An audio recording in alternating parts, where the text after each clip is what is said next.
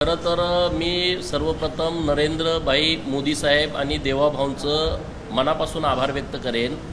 कारण अहिल्यादेवींची जयंती धनगरवाड्याच्या बाहेर कधीच गेली नव्हती, परंतु पहिल्यांदा अखंड भारतामध्ये अहिल्यादेवींची जयंती साजरी होते. त्यामध्ये वेगवेगळे उपक्रम राबवले जात आहेत. अहिल्यादेवींच्या इतिहासावरती नाट्य तयार करणं, अहिल्यादेवींच्या इतिहासावरती महानाट्यांचं सादरीकरण करणं, वेगवेगळी गाणी अहिल्यादेवींच्या व्यक्तिमत्वावरती त्यांच्या इतिहासावरती तयार करणं, वेगवेगळ्या वक्त्यांची नेमणूक केलेली आहे. त्यांनी मंडल स्तरावरती जाऊन पुण्यश्लोक अहिल्यादेवींचा इतिहास तिथं मांडणे, रांगोळीची स्पर्धा भरवणे, वेगवेगळ्या चित्र स्पर्धा भरवणे. अहिल्यादेवींच्या इतिहासाच्या बाबतीमध्ये दोनच चित्र लोकांच्या समोर आहेत. एक हातामध्ये पिंड घेतलेला फोटो आणि दुसरा घोड्यावरचा तलवारीचा फोटो. परंतु त्यांच्या राज्यकारभाराचा इतिहासाचा अभ्यास करून तशा पद्धतीच्या चित्रकला स्पर्धा घेणं आणि अहिल्यादेवींचा इतिहास सचित्र लोकांच्या समोर आणणं, असे वेगवेगळे कार्यक्रम हे या माध्यमातून केले जाणार आहेत. आणि तशी रचना आता पार्टीच्या माध्यमातून लागलेली आहे.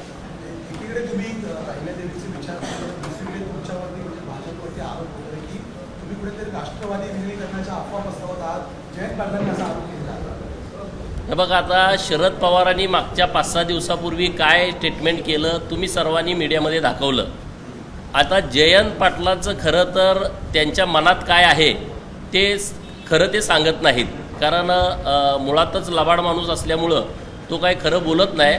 मला वाटतं ते तेलगीला बेंगलोरला नेऊन ते काय तर लावलं बघा डोक्याला, ती कुठली चाचणी म्हणते तशी चाचणी जयंत पाटलाची करण्याची आवश्यकता आहे. नेमकं त्यांच्या मनात काय आहे, त्यांना कुठं भाजपात जायचं आहे की त्यांना विलिनीकरण करायचं आहे, काय करायचं आहे, त्याशिवाय त्यांचं खरं काय म्हणणं आहे ते लोकांच्या समोर येणार नाही. त्यासाठी त्यांची नार्को चाचणी करण्याची आवश्यकता आहे असं मला वाटतंय.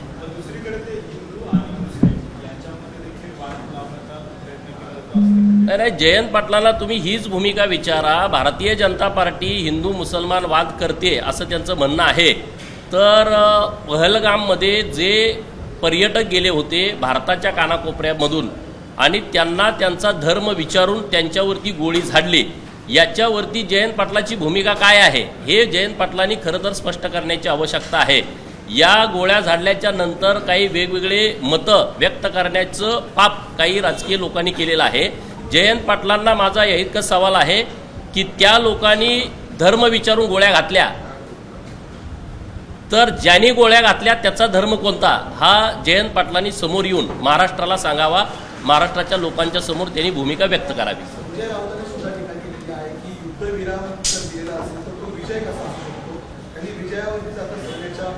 बघा, हे संजय राऊत हा काय फार देशभक्त माणूस आहे का?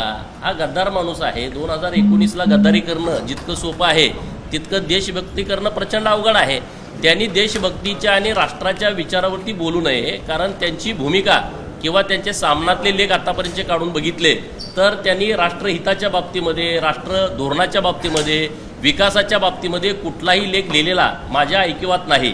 आणि त्यामुळं नरेंद्र मोदी साहेबांसारख्या एका वरिष्ठ नेत्याला सल्ला देण्याच्या लायकीचे संजय राऊत आहेत असं मला अजिबात वाटत नाही.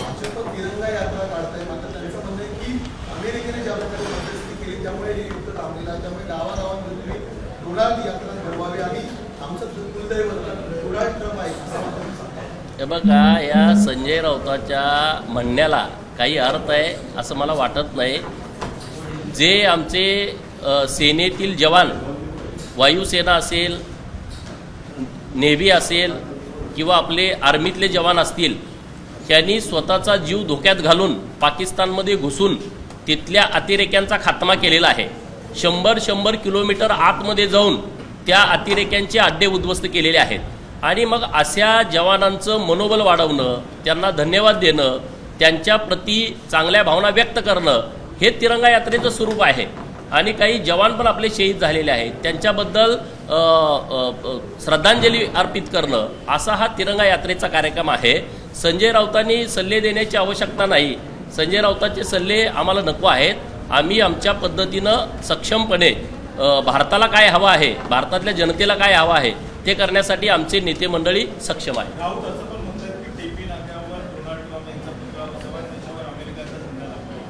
हे बघा, आता राऊत हा पूर्णपणे बिथरलेला माणूस आहे. सेनेनं इतक्या मोठ्या जबरदस्त कारवाई केल्यामुळं आणि तेही पाकिस्तानामध्ये घुसून कारवाई केल्यामुळं पाकिस्तान रडकुंडीला आलं, पाकिस्तान रडायला लागलं, पाकिस्तान हतबल झालं. तिथल्या अतिरेक्यांचा सगळ्या थरकाप उडालेला आहे आणि तिथं जे अतिरेकी अड्डे होते ते पूर्णपणे उद्ध्वस्त केलेले आहेत. मग आता बोलणार काय? नेतृत्वावरती काय बोलण्यासारखं त्यांच्याकडे नाही. त्यामुळे आता ते विषय डायव्हर्ट करण्याचा प्रयत्न करतायत. त्यांनी कुठलेही विषय डायव्हर्ट करण्याचा प्रयत्न केला तरी भारतातली सुज्ञ जनता हे सर्वपणे उघड्या डोळ्यांनी बघते.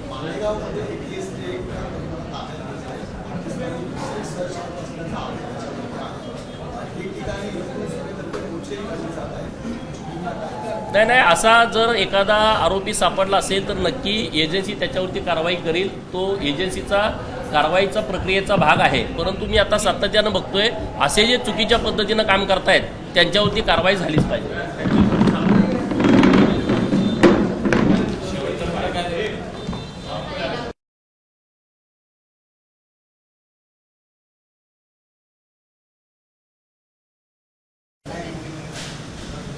पुण्यश्लोक अहिल्यादेवी होळकर यांचं जयंतीचं त्रिशताब्दी वर्ष आहे आणि अखंड देशभर माननीय नरेंद्र मोदी साहेबांच्या नेतृत्वामध्ये भारतीय जनता पार्टी पुण्यश्लोक अहिल्यादेवींची जयंती वेगवेगळ्या पद्धतीनं साजरी करत आहे. आणि त्याचाच एक भाग म्हणून माननीय देवाभाऊ यांच्या नेतृत्वात महाराष्ट्रातील सर्व भारतीय जनता पार्टीचे पदाधिकारी यांची आज कार्यशाळा वसंत स्मृती दादर येथे पार पडते. या कार्यशाळेमध्ये 21 तारीख ते 31 मेपर्यंत कोणते कोणते कार्यक्रम घ्यायचे याच्या सूचना या कार्यशाळेमध्ये दिलेल्या आहेत.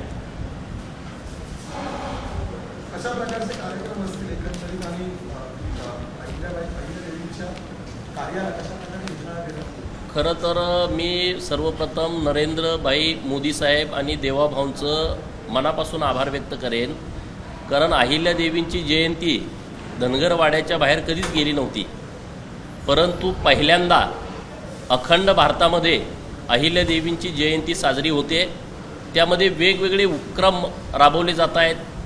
अहिल्यादेवींच्या इतिहासावरती नाट्य तयार करणं, अहिल्यादेवींच्या इतिहासावरती महानाट्यांचं सादरीकरण करणं, वेगवेगळी गाणी अहिल्यादेवींच्या व्यक्तिमत्वावरती त्यांच्या इतिहासावरती तयार करणं, वेगवेगळ्या वक्त्यांची नेमणूक केलेली आहे. त्यांनी मंडल स्तरावरती जाऊन पुण्यश्लोक अहिल्यादेवींचा इतिहास तिथं मांडणे, रांगोळीची स्पर्धा भरवणे, वेगवेगळ्या चित्र स्पर्धा भरवणे. अहिल्यादेवींच्या इतिहासाच्या बाबतीमध्ये 2 चित्र लोकांच्या समोर आहेत.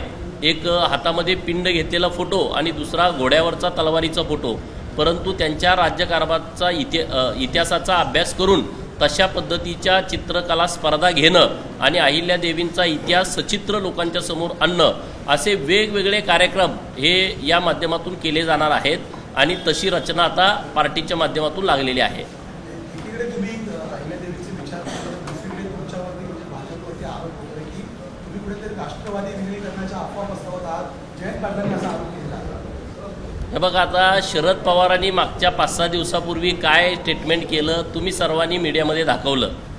आता जयंत पाटलांचं खरं तर त्यांच्या मनात काय आहे ते खरं ते सांगत नाहीत. कारण मुळातच लबाड माणूस असल्यामुळं तो काय खरं बोलत नाही.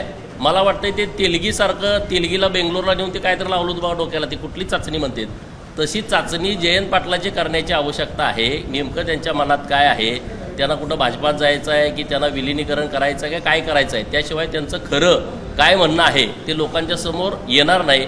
त्यासाठी त्यांची नार्को चाचणी करण्याची आवश्यकता आहे असं मला वाटतंय.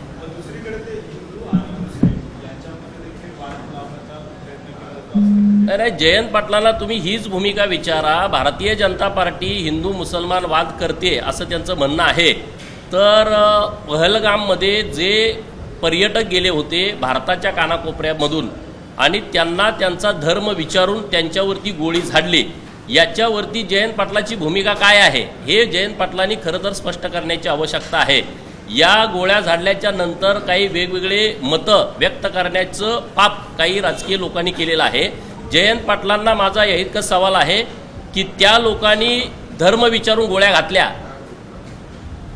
तर ज्यांनी गोळ्या घातल्या त्याचा धर्म कोणता हा जयंत पाटलांनी समोर येऊन महाराष्ट्राला सांगावा, महाराष्ट्राच्या लोकांच्या समोर त्यांनी भूमिका व्यक्त करावी. संजय राऊतांनी सुद्धा टीका केलेली आहे की युद्धविराम जर दिलेला असेल तर तो विजय कसा असू शकतो.